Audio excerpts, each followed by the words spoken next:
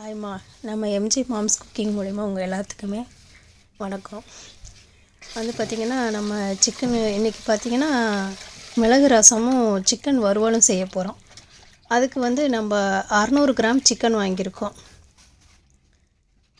நல்லா கொஞ்சம் ஓரளவுக்கு மீடியமாக கட் பண்ணி வாங்கிட்டு வந்திருக்கோம். அது பார்த்திங்கன்னா ஒரு 3 வாட்டி இல்லை 4 வாட்டி கூட நல்லா கழுவிடுங்க. பார்த்திங்கன்னா நம்ம இன்றைக்கி நேரத்துலேயே போய் சிக்கன்லாம் எடுத்துகிட்டு வந்தாச்சு.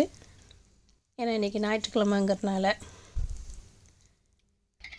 சிக்கன் நல்லா கழுவிட்டு அதை ஃபுல்லாக தண்ணியெல்லாம் வடிகட்டிட்டு அதில் 1 டீஸ்பூன் மஞ்சத்தூள், 1 டீஸ்பூன் மிளகாய்த்தூள், 1 டீஸ்பூன் மல்லித்தூள்,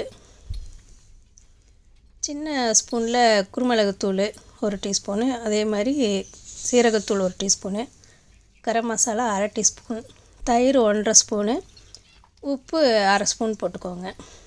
பத்தலைனா கூட நம்ம எக்ஸ்ட்ரா போட்டுக்கலாம். அதை நல்லா கலந்து விட்றணும். நல்லா பிணைஞ்சு கலந்து விட்ருங்க. அப்போ தான் அந்த மசாலா எல்லா சிக்கன்லேயும் நல்லா படும். அதனால் நல்லா கலந்து விட்டு ஒரு 1/2 மணி நேரம் நல்லா ஊறட்டும். அதை மூடி போட்டு எடுத்து வச்சிடலாம். அதே மாதிரி 2 துண்டு இஞ்சி, இதை பார்த்திங்கன்னா பருப்புன்னு தட்டி எடுத்துக்கோங்க. நைஸாக அரைக்கணுன்ட்டு இல்லை. அதே மாதிரி பூண்டு, பெரிய பூண்டு, அதனால் விழுது ஒரு 5 விழுது போட்டிருக்கு. அதையும் நல்லா பருப்புன்னு தட்டி எடுத்துக்கோங்க. எப்போவுமே இஞ்சி பூண்டு பேஸ்ட்டு வாங்கி செய்கிறத விட இந்த மாதிரி ஃப்ரெஷ்ஷாக நம்மளே தட்டி எடுத்துக்கிறது தான் நல்லது. சின்ன வெங்காயம் பார்த்திங்கன்னா 150 கிராம் எடுத்துருக்கு.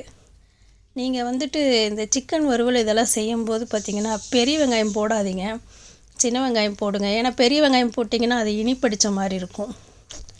சின்ன வெங்காயம் போடும்போது அந்த காரலுக்கு நல்லா இருக்கும். அதை ஒவ்வொரு வெங்காயத்தையும் 4 சும்மா கட் பண்ணியிருக்கேன். அப்படி பண்ணாலே பொடியெல்லாம் நறுக்க வேண்டியது இல்லை. எல்லா வெங்காயத்தையும் அதே மாதிரி கட் பண்ணி எடுத்துக்கலாம். பச்சை மிளகா பார்த்திங்கன்னா ஒரு 6 பச்சை மிளகா 2 4 கீறி போட்டுக்கோங்க. ஏன்னா நம்ம மிளகாய்த்தூள் அளவாக தான் சேர்த்திருக்கோம். அதனால் பச்சை மிளகா ஒரு 6 மிளகா நான் போட்டிருக்கேன். தக்காளி பார்த்திங்கன்னா சின்ன தக்காளி 1 தக்காளி. தக்காளி அதிகமாக சேர்த்தக்கூடாது. ஏன்னா புளிப்படிக்கிற மாதிரி இருக்கும். கறி குழம்புனாலும் சரி, கறி வறுவல்னாலும் சரி, தக்காளி 1 தக்காளி மட்டும் சேர்த்துங்கம்மா. அதுதான் நல்லது. இல்லைன்னா புளிப்படித்த மாதிரி டேஸ்ட்டே ஒரு மாதிரி மாறிடும். அதனால தான் தயிர் கூட பார்த்திங்கன்னா சின்ன ஸ்பூனில் தான் 1/2 ஸ்பூன் போட்டிருக்கு. கூட கருவேப்பிலையை உருவி எடுத்து வச்சுக்கலாம். தக்காளி பொடியாக நறுக்கியாச்சு. கொத்தமல்லி இலை தேவையான அளவு அதையும் பொடியாக நறுக்கி எடுத்து வச்சுக்கலாம். நம்ம முதலே இதெல்லாம் ரெடி பண்ணி வச்சிட்டோம்னா இது செய்கிறதுக்கு ஈஸியாக இருக்கும். அந்த சிக்கன் ஊறுறக்குள்ளே எல்லாம் அறுத்து வச்சாச்சு. இப்போ வடைச்சட்டி வச்சிடலாம். எண்ணெய் ஒரு 2 டேபிள் ஸ்பூன் விட்டுக்கோங்க. பட்டை போட்டுக்கலாம். கடுகு போடாதீங்க. பட்டை பார்த்திங்கன்னா சின்ன துண்டு ஒரு 4 துண்டு போட்டிருக்கு. ஏலக்காய் 5, கிராம்பு 5, ஒரு பிரியாணி இலை 2 இலை எடுத்து 2ஆக கட் பண்ணி போட்டிருக்கேன். 2வது பச்சை மிளகா கருவேப்பிலை தான் ஃபஸ்ட்டு போட்டு வணக்கணும். ஏன்னா முதல்ல வெங்காயத்தை போட்டு அப்புறம் பச்சை மிளகா போடக்கூடாது. 2வது இப்போ வெங்காயத்தையும் போட்டாச்சு. ஏன்னா பச்சை மிளகா வெங்காயம் போட்டு அது வணக்கணும்னா சரியாக வணங்காது. அதுக்காக தான். பார்த்திங்கன்னா இது நம்ம மீஷோவில் இப்போ வாங்கியிருக்கோம். இந்த 2 பொம்மை இதெல்லாம். இப்போ வெங்காயம், பச்சை மிளகா, கருவேப்பிலை இதெல்லாம் ஓரளவுக்கு வணங்கிருச்சு. இது கூட நம்ம இப்போ இந்த தட்டி வச்ச இஞ்சி பூண்டை போட்டு நல்லா கிளறி விடுங்க. இது இஞ்சி பூண்டு நல்லா வணங்கணும். எண்ணெயில் நல்லா வணங்கணும், அந்த வாசம் போகிற அளவுக்கு. வெங்காயம் போட்டு நல்லா வணங்கினதுமே அடுத்து இஞ்சி பூண்டு தான் போட்டு வணக்கணும்.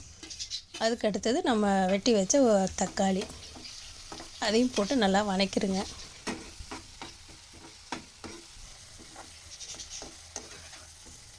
பாருங்கள், நல்லா வணங்கியிருக்கு.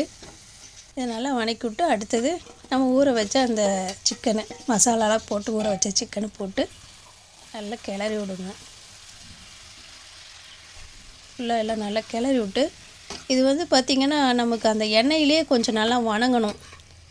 என்னென்னா நம்ம சிக்கன் போட்டதுமே சிக்கன் வேகிறதுக்காக உடனே தண்ணி ஊற்றிடக்கூடாது. சிக்கன் போட்டு அதை நல்லா கிளறி விட்டு அந்த எண்ணெயிலே நல்லா வணங்குற அளவுக்கு அதை அப்பப்போ கிளறி விட்டுட்ருக்கணும். நம்மளோட லவ் பேர்ட்ஸ் அது குளிக்குது, அதுக்கு அந்த தண்ணி பத்தலை.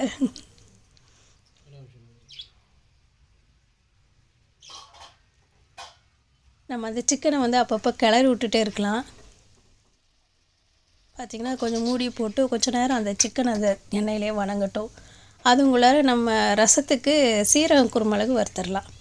குருமிளகு பார்த்திங்கன்னா ஒரு 2 ஸ்பூன் போட்டுக்கோங்க, சீரகமும் 2 ஸ்பூன். இதுக்கு நம்ம குருமிளகு சீரகம் கொஞ்சம் ஜாஸ்தியாக தான் சேர்த்தணும். போட்டு நல்லா எண்ணெயெல்லாம் இல்லாமல் வெறும் பாத்திரத்துலேயே வறுத்து எடுக்கணும். வறுத்தாச்சு. இப்போ நம்ம சிக்கனை கிளறி விட்டுறலாம். நல்லா கிளறி விட்டு இப்போ இதுக்கு அடுத்தது தான் நம்ம வந்துட்டு சிக்கன் வேகறதுக்கான தண்ணி சேர்க்க போகிறோம். பார்த்திங்கன்னா நம்ம அந்த மசாலாலாம் போட்டு பெரட்டி வச்ச அந்த சிக்கனு குண்டாலேயே தண்ணி ஊற்றி கலந்து நம்ம ஊற்றிட்டோம். ஒரு டம்ளர் தண்ணி ஊற்றிக்கோங்க சிக்கனு நல்லா வேகிறதுக்கு. பார்த்திங்கன்னா 2 துண்டு தேங்காய் நம்ம எடுத்துக்கலாம். அதையும் பொடியாக நறுக்கி வச்சுட்டேன் நான்.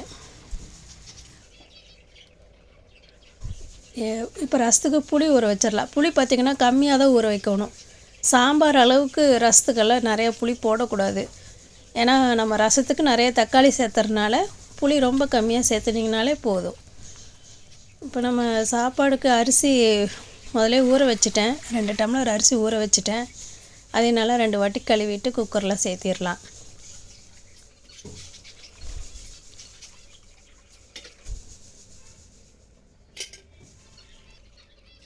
ரெண்டு டம்ளர் அரிசிக்கு நீங்கள் 4 டம்ளர் தண்ணி வைங்க.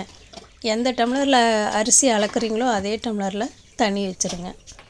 குக்கர் எடுத்து அடுப்பில் வச்சிடலாம்.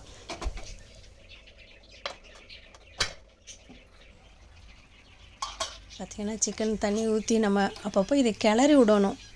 இல்லைன்னா லைட்டாக அடி பிடிக்கிற மாதிரி இருக்கும். அதனால் நீங்கள் அப்பப்போ அதை கிளறி விட்டுக்கோங்க. ஏன்னா கீழே இருக்கிறதெல்லாம் மேலேக்கு பரட்டி போடும்போது மேலே இருக்கிறது கீழே போகும்போது நல்லா அது வெந்துடும். அதுக்காக அப்பப்போ கலந்து விடுங்க. டேஸ்ட்டு பாருங்கள்.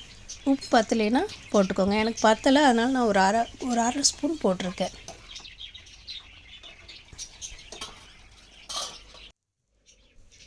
மூடி வச்சாச்சு.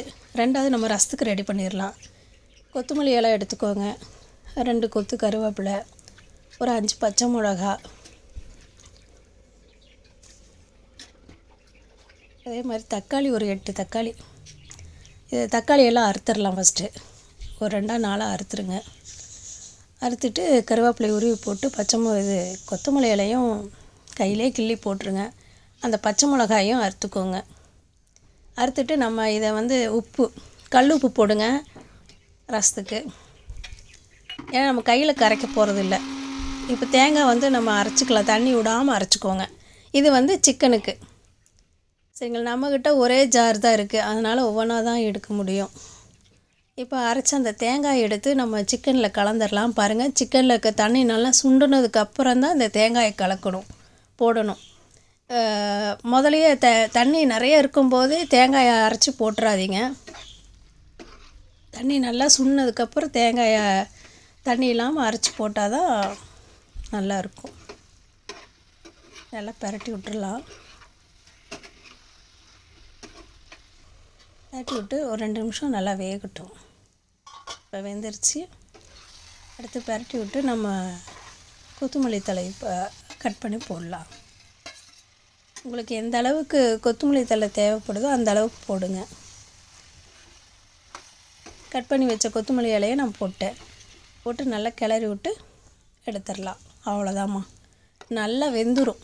என்னென்னா நம்ம அந்த எண்ணெயிலே நல்லா தாளிச்சுட்ட எண்ணெயிலே நல்லா வெந்துட்டு அதுக்கப்புறம் தண்ணி ஊற்றி வேக வைக்கிறனால நல்லா வெந்துடும். டேஸ்ட்டும் ரொம்ப நல்லாயிருக்கும். முதலே நீங்கள் தண்ணி ஊற்றி வேக வச்சிங்கன்னா நல்லா இருக்காது. குக்கர் விசில் வந்துருச்சு. 4 விசில் விட்டு இறக்கியாச்சு. ரெண்டாவது பார்த்திங்கன்னா நம்ம சீரகம் குருமிளகு வறுத்து வச்சதை நம்ம பொடியாக அரைச்சிடலாம். எல்லாமே பெரிய ஜாரில் தான் அரைக்கிறேன் நான். சீரக குருமிளகு அரைச்சதும் போட்டுலாம் பாருங்கள் எவ்வளோ இது இருக்குது, பொடி இருக்குன்ட்டு. பூண்டு பார்த்திங்கன்னா ஒரு 9 பல் போட்டிருக்கிறேன். அதையும் நல்லா பருப்பருன்னு அரைச்சிக்கோங்க. பூண்டை நைஸாக அரைக்கக்கூடாது. ஒரு 9 பூண்டு பல் போட்டுக்கோங்க போதும்.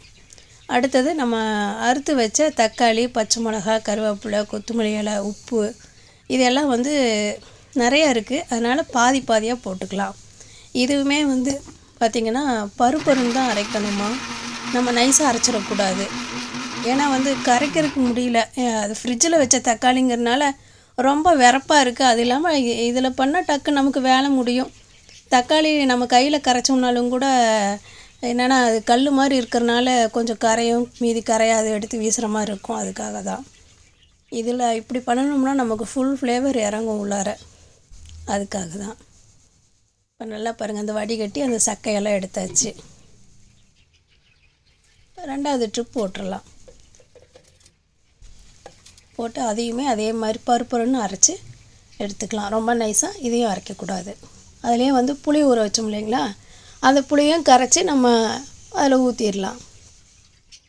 ஊற்றி எல்லாத்தையும் ஒன்றா அரைச்சிடலாம். புளி நான் கம்மியாக தான் ஊற வச்சுருக்கேன். நீங்களும் அதே மாதிரி கம்மியாகவே ஊற வைங்கம்மா.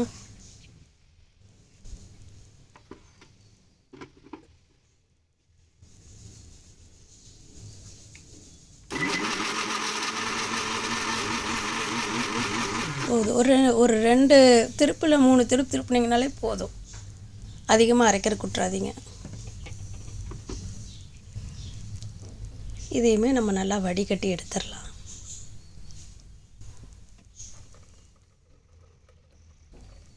நிறைய இருக்குது, பார்த்து வடிகட்டணும். என்னென்னா மெதுவாக நம்ம அப்படியே மெதுவாக தான் பண்ணணும். லைட்டாக ஒதுக்கிவிட்டு பண்ணுங்கள். வேகமாக செய்கிறேன்ட்டு இது பண்ணிடாமல் மெதுவாக பண்ணுங்கள். அப்போ தான் உங்களால் அது ஃபுல்லாக வடிகட்ட முடியும். இல்லைன்னா அரைச்சதெல்லாம் மறுபடியும் அதுக்குள்ளாரே போயிடும்.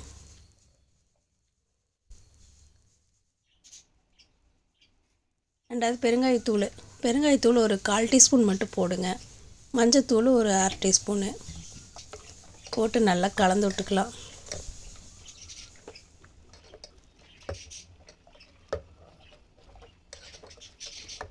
ஏன்னா அந்த சீரகம், குருமிளகு தூளெல்லாம் கீழே இருக்குது. அதை ஃபுல்லாக நல்லா மேலே வர வரைக்கும் நல்லா கலந்து விட்ருங்க.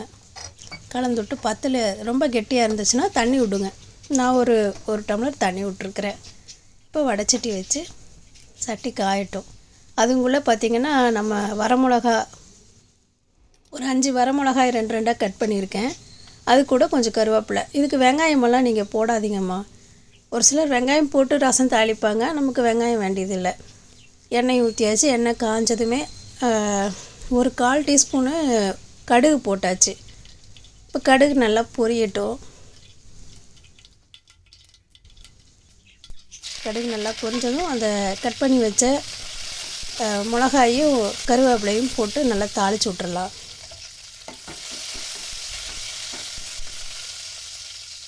நல்லா தாளித்ததுக்கப்புறம் நம்ம கரைச்சி வச்ச அந்த தக்காளி, புளி இதெல்லாம் சேர்த்திடலாம். கலந்துவிட்டு சேர்த்திருங்க. சேர்த்து மூடி வைங்க. பாருங்கள், இப்போது நல்லா நுர வருது. லைட்டாக கொதி பிடிக்குது. ரொம்ப கொதிக்கிறதுக்கு மட்டும் விட்டுறாதீங்கம்மா. ரசத்தை டேஸ்ட்டு மாறிடும்.